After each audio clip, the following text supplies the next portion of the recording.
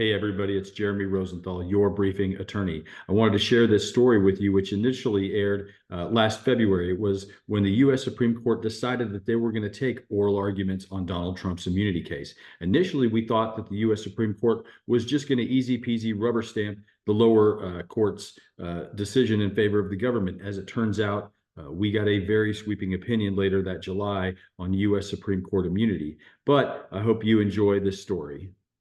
Well, the U.S. Supreme Court has decided to consider whether Donald Trump is immune from federal prosecution for allegedly trying to overturn the 2020 election. Why did the U.S. Supreme Court decide to stick their hands into this? Wanted to welcome in Jeremy Rosenthal, a prosecutor before becoming a defense attorney. He's also the founder of TexasDefenseFirm.com, based in Dallas-Fort Worth. Jeremy, thank you for joining us. I guess first question, why did the U.S. Supreme Court decide they wanted to make their own conclusion? That's a great question.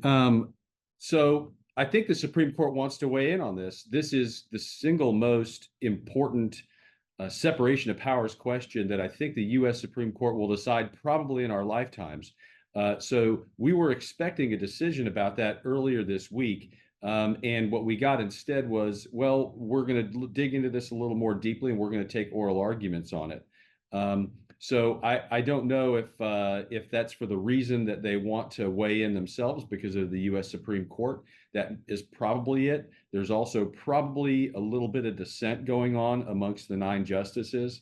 And I think that they felt that this is the most expeditious way to answer this question. And what's important to remember, too, is that our Supreme Court, they're not looking to this November election, right? They're not there. I don't think if you were to ask them, they don't care about Joe Biden or Donald Trump.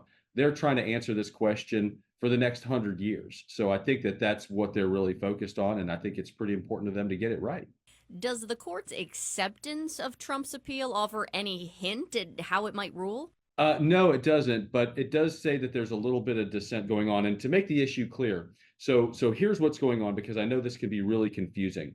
So what has happened here? So when we have somebody who is on trial in a criminal setting, your remedy, if you will, is an appeal. So in other words, we'll have a trial. If the trial doesn't go the way you thought it would go, or you think you got an unfair trial, well, you can appeal it after the fact. What Mr. Trump is doing here is a little bit different. He's saying, look, I am irreparably harmed just by standing trial. And that's a really extraordinary argument. And so he's got to convince the court that somehow he is hurt just by standing trial. His argument has been a First Amendment one, saying that his supporters are being violated their First Amendment rights, which I think that to me, that's an argument that I don't know that the Supreme Court's going to necessarily go for. But I think that so the panel from the 14th district was a unanimous 3-0 vote against Mr. Trump. I don't know that this will affect the outcome overall. I think most legal analysts would tell you they'd be really surprised if they ruled for Trump here, for the reason that when we talk immunity, what we're saying is that, okay, so the president of the United States, what level of immunity does he enjoy while he's in office? Can he take a bag of cash and sell a nuclear missile to a cartel in Mexico? I think we would all agree that no. Or can they just say, well, I'm not going to pay taxes because I'm the president? Well, no.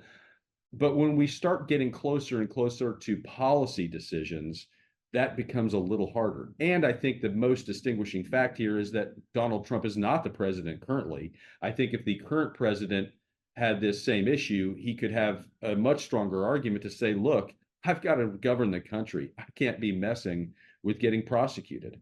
It's a very complicated legal issue. So the U.S. Supreme Court deciding to take this case, Jeremy, do you view this as a win for Donald Trump? You said they're not concerned with time, the U.S. Supreme Court, but Donald Trump likely is.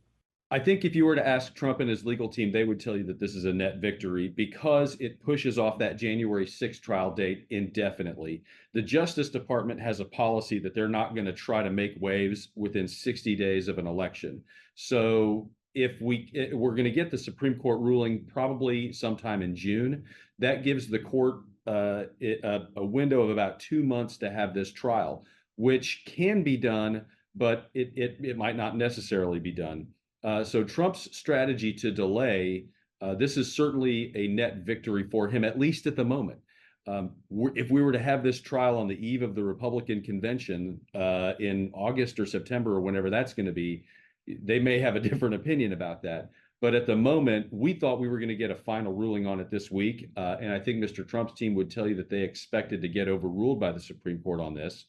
So now, instead of having a definite trial in May or June or even April, now we're looking at maybe it will get pushed beyond the November 8th election. Jeremy Rosenthal joining us here on Wisconsin's Midday News, founder of the TexasDefenseFirm.com based in Dallas. Jeremy, very much appreciate your time and insight, and it's an evolving story, no doubt about that. We appreciate you joining us. Thank you very much.